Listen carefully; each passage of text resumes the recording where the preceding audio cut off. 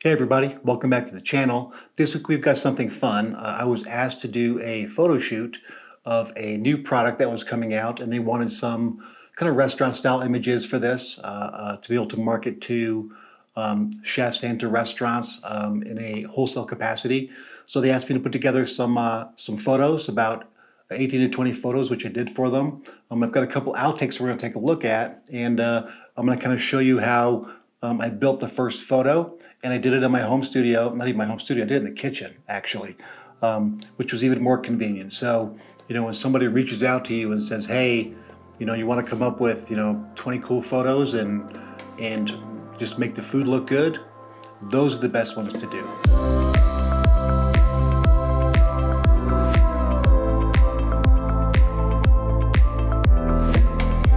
Hey everybody, welcome back. My name is Chris, and here we talk about food photography. If that's something you're interested in, I'd urge you to subscribe and follow along for more videos. If you enjoy the video, if you get something out of it, I'd appreciate you hitting the like button. If you want to share it, that's all well and good as well. But I do appreciate you watching. Thank you very much. Like I said in the intro, this is kind of one of those jobs that is kind of, a little bit of a dream job a little bit. The company reached out to me and they said, we've got this new product line and we want to get some marketing materials done for marketing this product to restaurants. So this was geared mainly for selling to chefs and the managers of restaurants and owners of restaurants to kind of help use their product to get in the front door. I'm excited about this. I'll show you some of the outtakes that we did. So you'll see some of the photos, and then like I said, we'll jump into Lightroom at the end and we'll spend just a few minutes going through some quick edits that I did. The edits were probably a little bit more involved in what you'll see at the end, but I'll try and get you as close as possible and show you some things in Lightroom. I have had some questions from some people lately about Lightroom and editing food in Lightroom, and it's kind of made me think about my process for editing and how I can help provide some more information there. I do want to do a video about color, and I think color and temperature of light in food is extremely important. It helps you make a dish go from unappealing to craveable, and that is something that just light can do, just color temperature of light can do. So we'll do that in another video coming up, but for now let's get into the video here, and I'll give you some behind the scenes of kind of what we did, what we put together, and then I will see you guys on the other side of this little montage in Lightroom.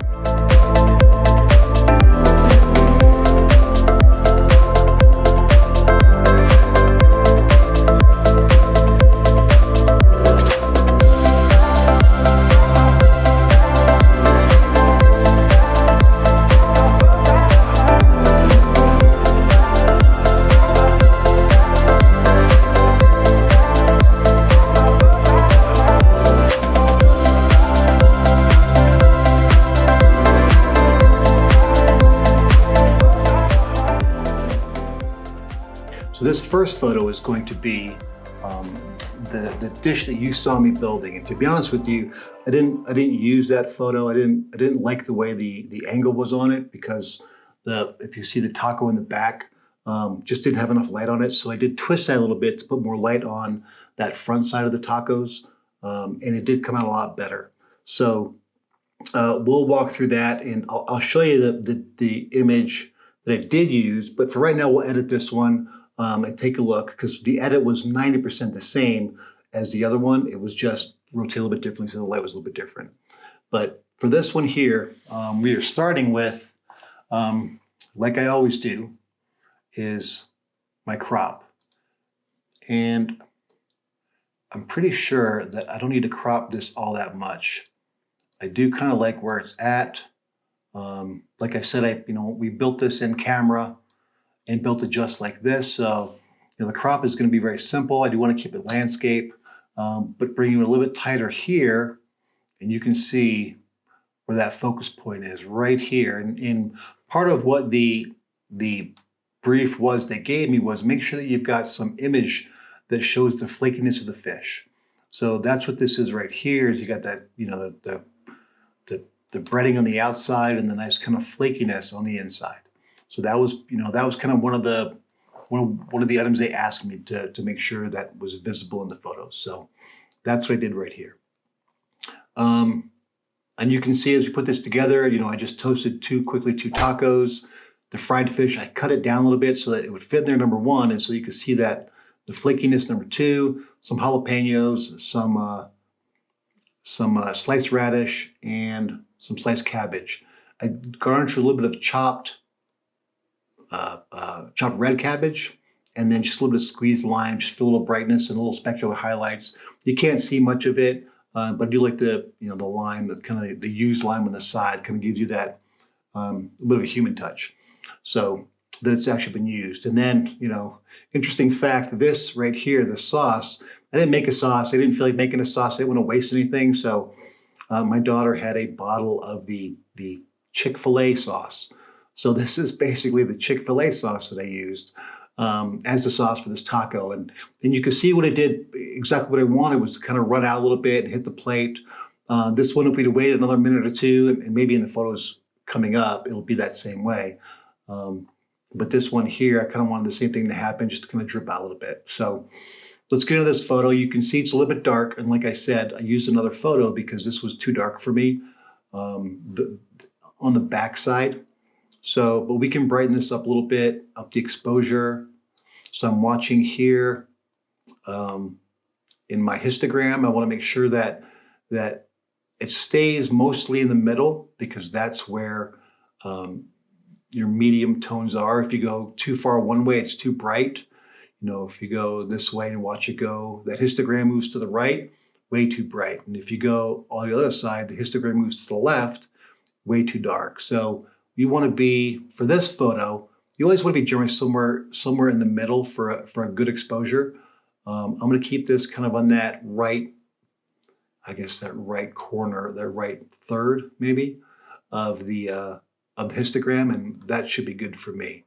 Highlights, usually I'll pull the highlights down on food a little bit because I do want to make sure that nothing is blown out and you can see, all the detail in these photos. This isn't overly exposed, so I don't need to worry too much with the highlights. For this entire shoot, I did underexpose most of my photos. And the reason I underexposed all of them intentionally was to make sure I capture as much detail as possible. So the shadows for here, I think I dropped those a little bit, just a little bit. Oh, I skipped contrast. And contrast, I want to be up right about there, and just to get a nice separation of the items right in here, because that's kind of where your eye is drawn towards.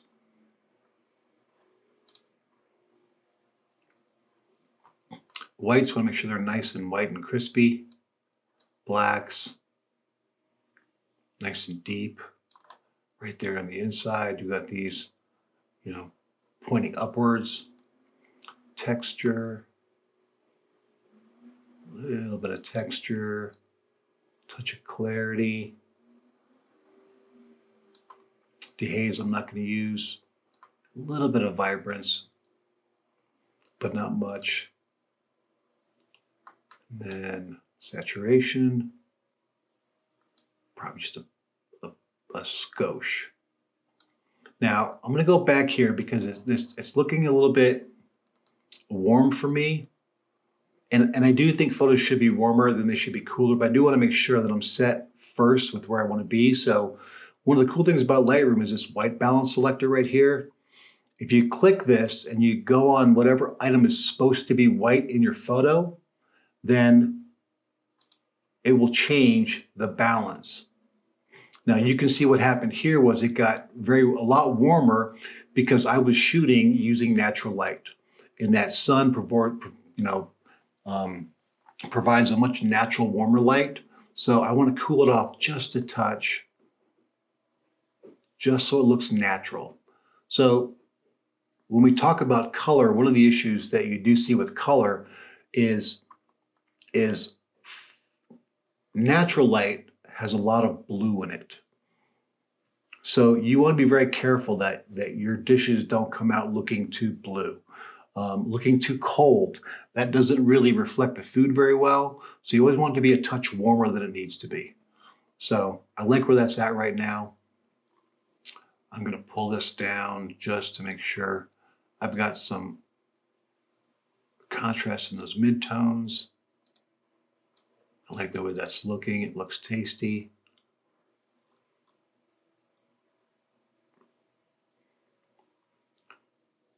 I'm going to sharpen this up a little bit. So let me drop that. Hit my Alt tab, and then I can adjust where I want to sharpen. And I'm looking to sharpen just right in here. So that's kind of where I want to focus, right on that area. So let go, and I can adjust my sharpening for there, and just a skosh, again, just a little bit. I shot at 100, so that should be fine.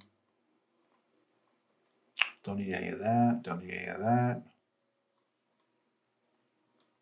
And that's pretty much the edit for here.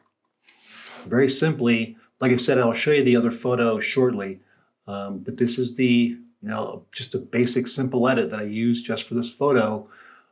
If I'd used this photo, this is what I would have sent, but I did like the other one a bit better, and that's why I used that one. So the next photo is a good example of what I mean by shooting underexposed. So I shot this, and I wanted to be darker because I want to make sure that I captured all the detail on there. If you shoot, sometimes a little bit too bright, or not bright, or sometimes if you shoot a little bit bright, you can lose some of the detail on some of this. And with food, like we've talked about in the past, texture is extremely important. So knowing where your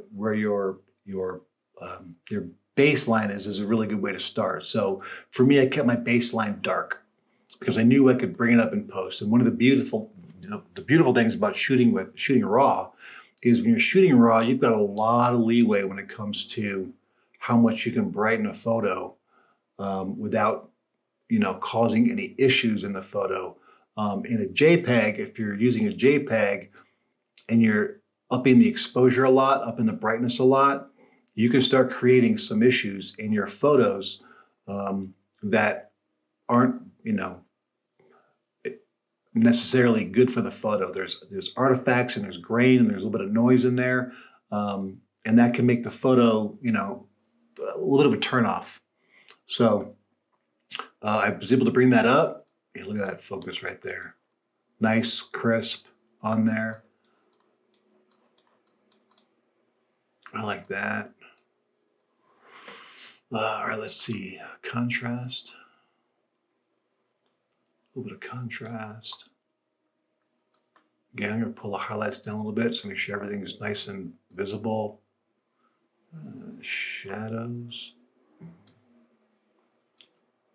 Whites, so those radishes are nice and bright and crispy. A little bit of dark, so it stands out. Texture. Not too much clarity on this one. Dehaze, don't need vibrance. Saturation's good on that.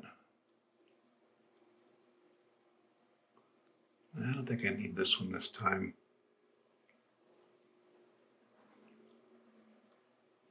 It's just that simple.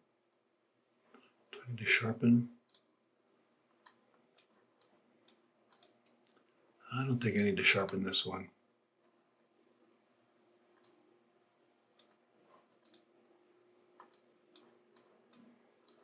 That looks pretty good to me. So I'm not going to worry about sharpening this photo. It is sharp enough as far as I'm concerned. And that is it. So I hope you took something from that little time in Lightroom. I'm going to run some photos for you right now from the shoot and let you take a look at what else we shot that day. The first one I'm going to put up is the photo we just edited, the tacos, and then we're going to do the landscape version. Then we're going to do the other version, which I mentioned in the earlier in the video, when I rotated the plate a little bit, so that you can kind of see the difference between where the light was hitting the tacos on one side to the other. And then we'll run through a few more photos that I kind of like from the shoot and go from there.